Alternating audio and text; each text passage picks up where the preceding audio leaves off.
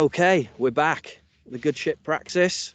We've got another willing volunteer to come and speak to us today, and I'm going to let them introduce themselves and tell us something about where they are right now. Over to you, Josi. Okay. Where are you? Okay, I am in Kendal, which is the gateway to the Lake District. So it's not quite glamorous as the Lake District, but it is almost there. So you can go there very quickly. So it is nice here. It's quiet. It's charming. Lots of mountains. Lots of sheep. Yeah. Okay, great. Can you tell us what is it that you do?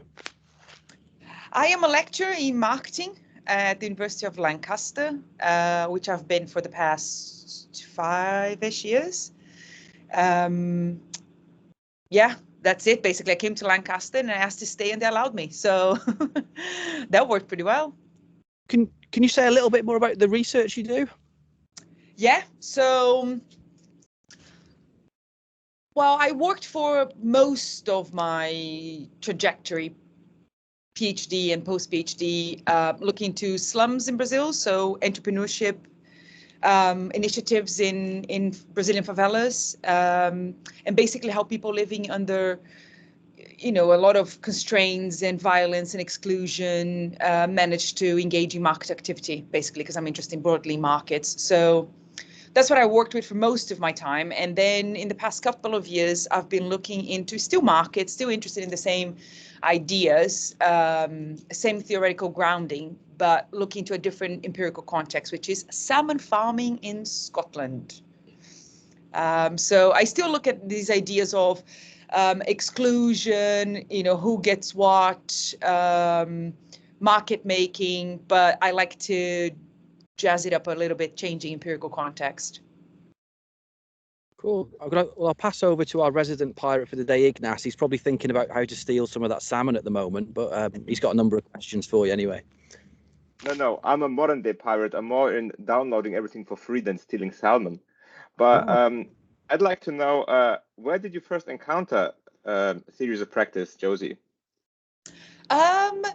So I think I saw some of it when I was doing readings to do my PhD project, because my then prospect supervisor sent me a bunch of readings, basically, a pack of readings of stuff. And there was works by Luisa Araújo, who has worked with Elizabeth. And so kind of going on a rabbit hole of references within papers, I then encountered some of these ideas. And then as I came to Lancaster, I think it was on my first year of my PhD that I started helping with the organization of the Intellectual Party Summer Conference.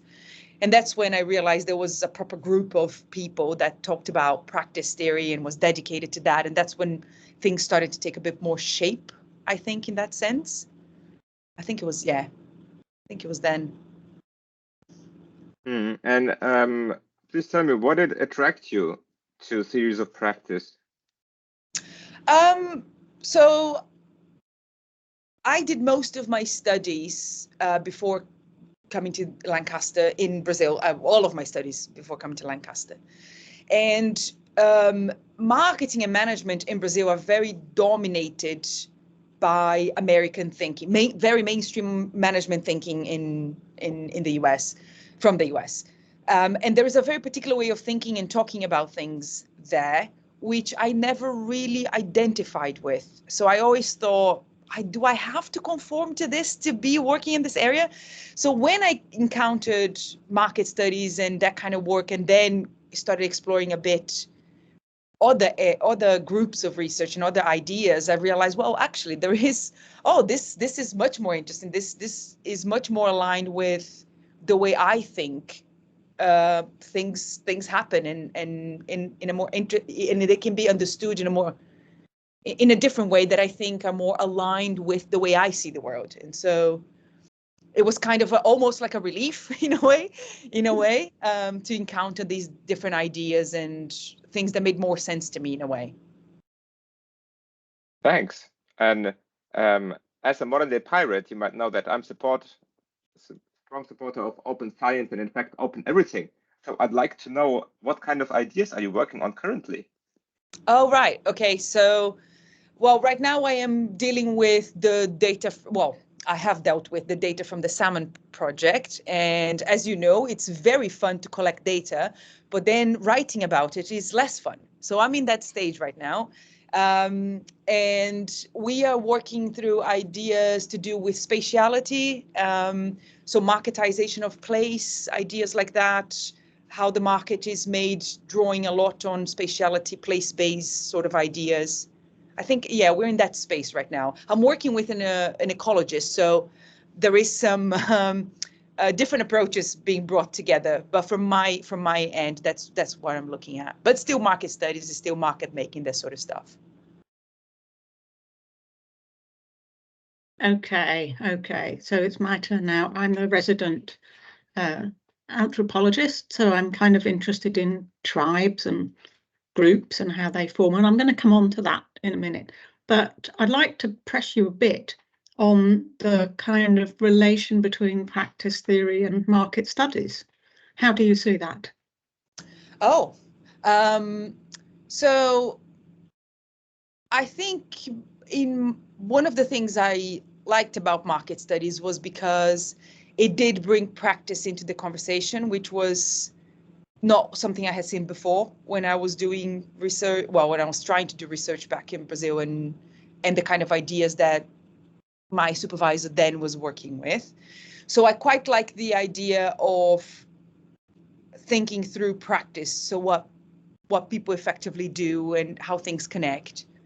I would say that methodologically, the market studies is different, quite different in that sense of how it approaches phenomenon, how it conducts, it structures studies. And I don't see much of it done in the sense that I've seen in practice, like what I call hardcore practice theory studies. But I do think that market studies has a lot to benefit from the ideas in practice theory, and bringing practice more into the conversation. I think often we do get attached a little bit to, well, I do like the idea of infrastructures and thinking about infrastructures, but I think they are very good bedfellows in that way. I think there is a lot of good cross-fertilization in thinking through practices to try and understand markets and market making and that kind of thing. Mm-hmm. Mm-hmm. Great. Okay, so now I can think about the tribes you're part of. You're clearly part of a marketing tribe, and this is cheating. We know you're part of a practice theory kind of crew, but do you feel like you're working on your own despite these populations, or do you feel you have a home, a tribe to belong to? I think that's complicated in the management school. I would say that there are several people where I'm based. There are interest in these ideas, but coalescing them around a group is quite difficult, as people tend to work in silos in a way. Mm-hmm. So I don't feel like I have a group to work with. I do have writing soulmates, I would say, that I work really closely with and just continue to work with them because they're nice people and we work well together. So I don't feel I'm alone because I have those few people. And then, of course, there is the practice theory group and the practice theory gathering and all of these activities that then place me specifically in that group. And so there is a community there. But where I'm physically based as a researcher and in the lecture, I would say less so. Unfortunately, I'm trying to bring more people together, but it is quite difficult, I would say. Okay. So now you've got an opportunity to make another contact or develop one by sending us to visit somebody else on the map. So where would you like us to go? Who would you like us to talk to next? Well, I think since we're in Cold Candle, perhaps you could change the air a little bit and go to warmer shores down in Brazil. And there are researchers that are interested in practice theory or strategy as practice and that sort of thing. And they are trying there to make a group, create a group that exchanges more. And so I think they could find a really nice community that they could talk to on aboard our ship. Excellent, excellent. The captain is really keen on warm water. So let's head off to Brazil. But before we leave you, Josi, we'd like you to give us a souvenir. So have you got something that we should be taking on our travels? I do, and actually I think that for a long journey on a ship, it's really useful because it doesn't weigh a lot, gives you lots of calories. Actually, curiosity, this was brought up the first successful expedition to the summit of Everest. So candle mint cake is there for you. Yeah. And it's really good for these long journeys. Excellent, excellent. That'll keep us going all the way to Brazil and back, possibly, and back. Okay. Well, I think that's it. It's really nice to meet you.